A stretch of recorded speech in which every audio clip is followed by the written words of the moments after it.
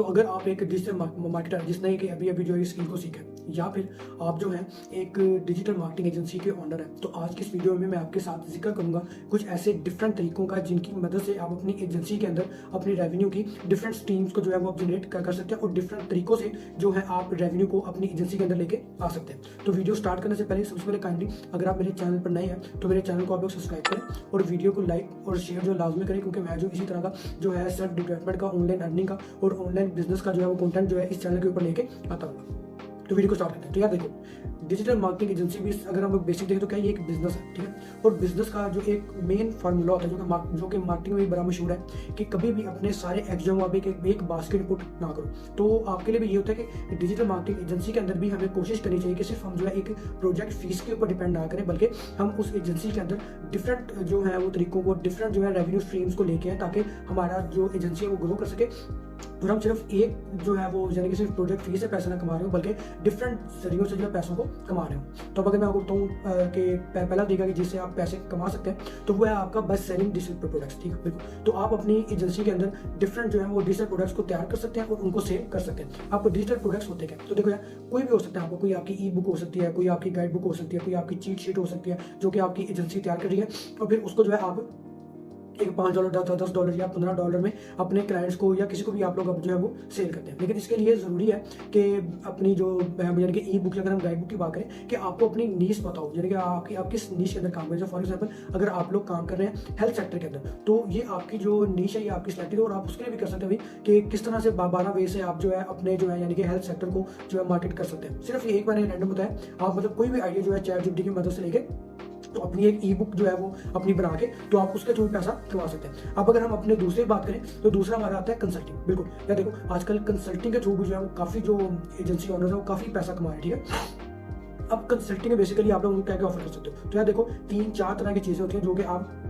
किसी भी बिजनेस को एज अ कंसल्टिंग के तौर पे ऑफर कर सकते हो। तो अगर तो वो अपनी ऑलरेडी मार्केटिंग की कैंपेन्स रन कर रहे हैं तो वो मोस्ट प्रॉब्ली आपके पास आ सकते हैं कि अपने आरओएस को बेहतर बनाने के लिए या अपने आरओएस में उनको कन्वर्जन नहीं आ रही उसको ऑप्टिमाइज करवाने के लिए, तो आप उसकी उन्हें कंसल्टिंग दे सकते हो। उनको कोई फीस चार्ज करके उनको बता सकते हो कि भी कहाँ पे मसला आ रहा है, कि आपकी एड कॉपी में इशू है या आपका जो है टारगेटिंग में इशू है या आपके किस चीज़ में इशू है कि आपका जो आरओएस है वो इतना हाई आ रहा है और आपका जो आरओएस है वो कन्वर्ट नहीं हो रहा। उसके अलावा आप उनको पूरा एक मार्केटिंग प्लान दे सकते हो। कोई जो डिफरेंट बिजनेस है जो कि अगर एक नया प्रोडक्ट लॉन्च हो रहा है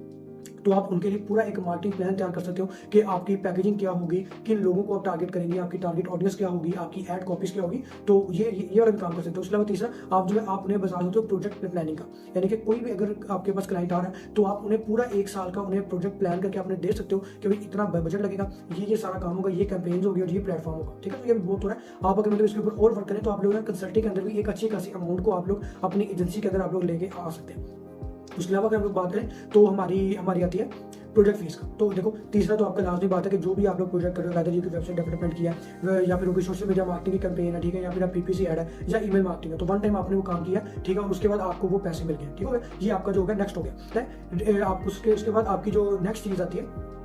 वो होती है आपकी ड्रॉप सर्विसिंग, ठीक है। आप ड्रॉप सर्विसिंग की बेसिस पे भी काम कर सकते हो। जैसे देखो कि अब यानी कि आप ड्रॉप सर्विसिंग में होता क्या है कि आप मिडल मैन होते हो, ठीक है। आप क्लाइंट्स को सर्च करते हो, क्लाइंट को ढूंढते हो और आपके बैक एंड पे आप एक वाइट लेवल जो है जो एजेंसी है उसको आप कॉन्टैक्ट करते हो। आप उनसे कहते हो भी कि जो मेरा जो भी ये जो वर्किंग होगा यानी कि जो भी होगा वो सारा ऑपरेशन आप देखोगे, मैं सिर्फ क्लाइंट को ढूंढूंगा और आप एक 30% या 40% की जो है वो अमाउंट चार्ज करके तो आप जो अच्छा खासा रेवेन्यू ऐसे भी जनरेट कर सकते हो। उसके बाद आता है कि आप जो है आप एक वाइट लेवल एजेंसी भी बन सकते हो। यानी कि वाइट लेवल एजेंसी क्या होती है कि जितनी भी जो भरी एजेंसी है ना, यानी कि जो भरी डिजिटल मार्केटिंग एजेंसीज है, आप उनको कॉन्टैक्ट कर सकते हो कि जो भी आपका जो एक्स्ट्रा लोड है, एक्स्ट्रा काम है, वो हमें आउटसोर्स करके जो है मतलब हमें आउटसोर्स कर दिया करें और हम जो है यानी कि आपको इतना शेयर दे दिया करेंगे। इस तरह भी जो है यानी कि आप जो है वो एक अच्छा अमाउंट जो है अर्न कर सकते हो। उसके अलावा आपका एफिलिएट मार्केटिंग। अब देखो आप लोग अगर हम बात करें स्पेसिफिकली वेबसाइट डेवलपमेंट की या उसके अलावा एसईओ की, तो वेबसाइट डेवलपमेंट में जब जाहिर सी बात है क्लाइंट को जो है वो एसईओ जो मतलब कि क्लाइंट को डोमेन और होस्टिंग चाहिए होगी, तो आप किसी भी प्लेटफॉर्म की एफिलिएट लेके तो क्लाइंट को आप वो रेफर कर सकते हो और उससे भी आप जो पैसे कमा सकते हो। या फिर अगर एसईओ के अंदर भी डिफरेंट प्लगइन्स होते हैं या डिफरेंट चीज़ों की जरूरत होती है तो आप उनका एफिलिएट जो है वो आप उनका ले सकते हो और उसके थ्रू भी आप जो काफ़ी एक अच्छी अमाउंट अर्न कर सकते हो।